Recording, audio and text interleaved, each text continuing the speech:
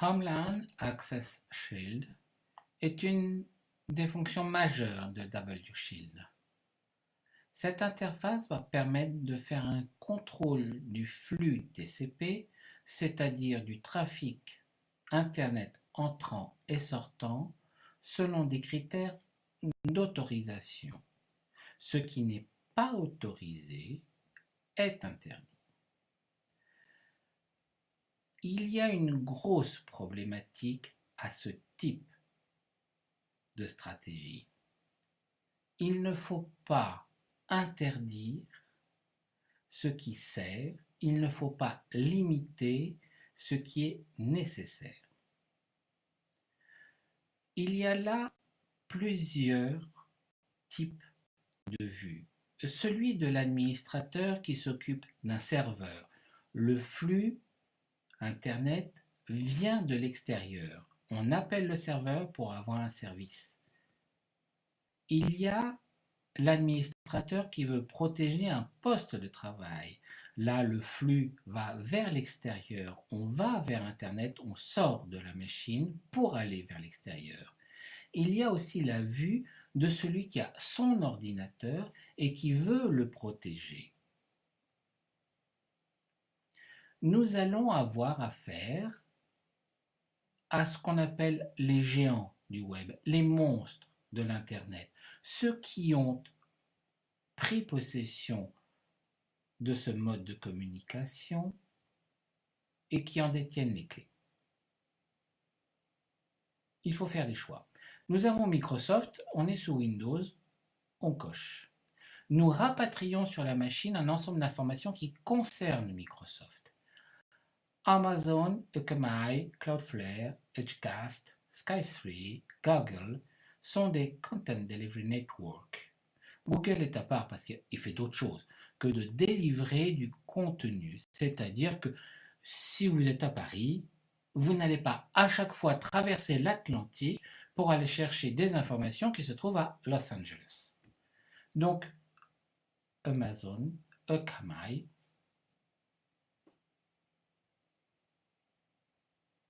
Akamai, c'est long parce que c'est gros. On ne connaît pas du tout, mais en vérité, c'est énorme. C'est beaucoup de data centers qui ne fait que transmettre du contenu, du texte, des photos, qui ne sont que copiés de sites qui sont loin de chez vous pour les mettre près de chez vous.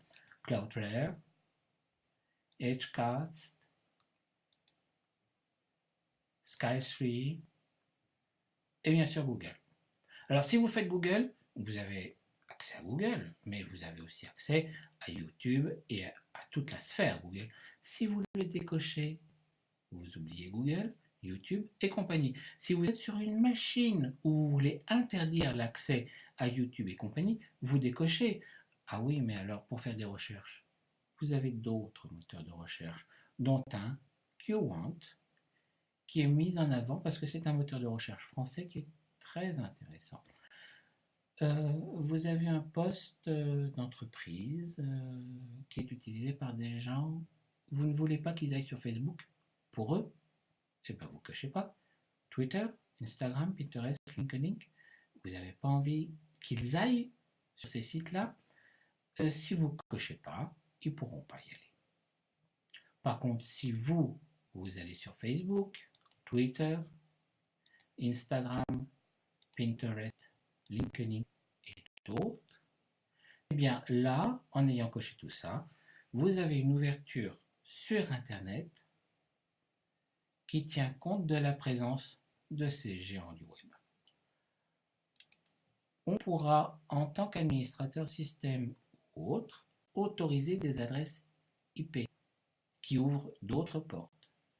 Tout comme on pourra autoriser des domaines, c'est-à-dire des noms de sites internet, et comme il est indiqué en transparence, ici, on met juste 500px, pas 500px.com. 500px, qui est un site de photos, Twitter, LinkedIn, etc., les sites que l'on va visiter et dont le nom de domaine est majeur. Quand on a fait ça, on va pouvoir s'attaquer à l'autorisation des pays. Chaque adresse IP est liée à un pays. Oui, il y a des hackers qui savent par le biais de certaines manipulations dire ah ben mon adresse IP je vais la faire passer comme appartenant à un autre pays. Fort bien, mais de toute façon on a un pays. Et si j'autorise l'Europe, qui n'est pas un pays en soi, mais qui apparaît quand même, et puis la France, et puis un petit peu autour de moi, l'Angleterre,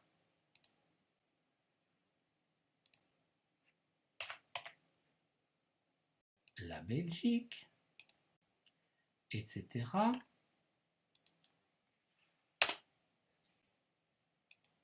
Je fais une sélection de pays où je dis si je navigue sur Internet ou en tant que serveur, si l'on vient me voir, ce qui est là est autorisé, ce qui est là est autorisé, ce qui est là est autorisé. Si c'est pas là, c'est pas autorisé. Point. En termes de réseau interne, dont tout commence par 192.168, c'est quelque chose qui est réservé, ça veut dire un réseau interne, c'est-à-dire les gens qui sont à côté de moi, l'imprimante, le scanner, le fax, le routeur, eh bien j'autorise ou je n'autorise pas. Si j'autorise pas, je ne peux communiquer avec personne en interne. Oui, mais je peux mettre quelques adresses ici, comme celle du routeur ou de l'imprimante. Et alors, je peux communiquer. Si je décoche, ça veut dire qu'aucun ordinateur autour de moi, hormis ce que j'aurais mis ici, qui est l'adresse du routeur et l'adresse de l'imprimante, ne pourront communiquer avec moi. C'est intéressant parce que, même si c'est coché par défaut, je ne risque pas d'être contacté et attaqué par un ordinateur qui aurait été piraté, pollué et qui, comme tout virus, chercherait à se répandre. Le Hello United States qui est présent ici, il est là comme raccourci par rapport à la liste qui est là. Parce que, dans certains cas, ne pas avoir recours aux ressources qui se trouvent aux États-Unis, c'est se couper un bras. Il y a énormément de choses aux États-Unis. Par exemple, un technicien, un informaticien qui va faire des recherches sur Internet, énormément de ressources et de sites, de blogs, de forums se trouvent aux États-Unis. Donc, on a un raccourci, on autorise, on décoche, on n'autorise pas. Ici, avec le Activate Stress Mode, Activate, allez, disons Activate Stress Mode, là, on est dans le mode parano. Qu'est-ce que va faire WShield si ça c'est coché? Très simple. Une communication entrante ou sortante est établie. Elle est repérée.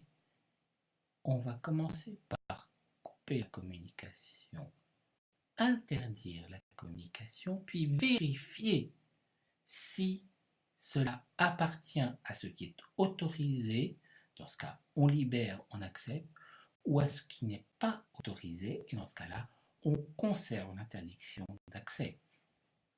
On est parano, je commence par interdire, je mets en prison, et si tout va bien, je libère. D'abord garde à vue, et ensuite je libère. Ici, c'est quelque chose que l'on pourrait systématiquement cocher si on a dit oui à Microsoft.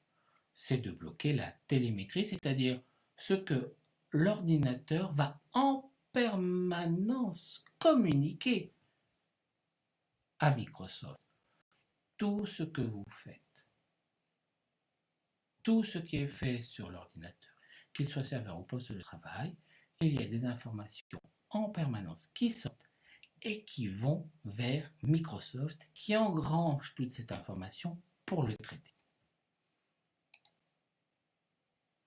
Nous avons cette dernière option qui consiste à dire, dans un mode d'apprentissage, d'abord, On ne bloque rien, on regarde, on regarde, on regarde, et puis après, quand on va lister le log, qui pour l'instant ici est vide, on va se donner une idée de ce que nous avons comme trafic et à ce moment-là, de ce que nous devons autoriser ou non. Passons sur une machine qui a déjà de l'expérience. Ici, nous sommes sur une machine qui fait site internet.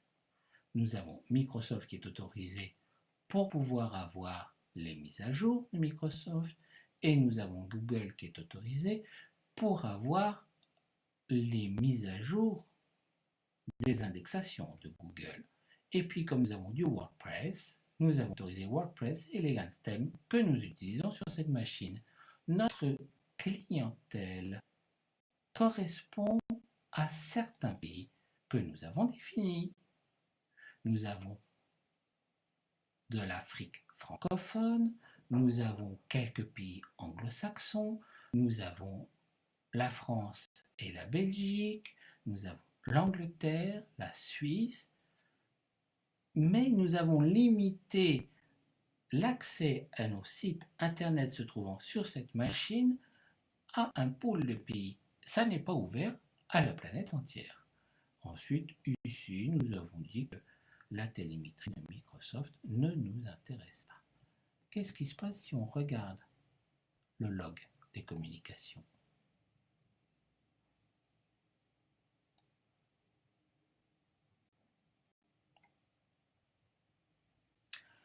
Eh bien, on voit que l'on bloque beaucoup de communications. En permanence, nous avons des visites qui ne nous concernent pas.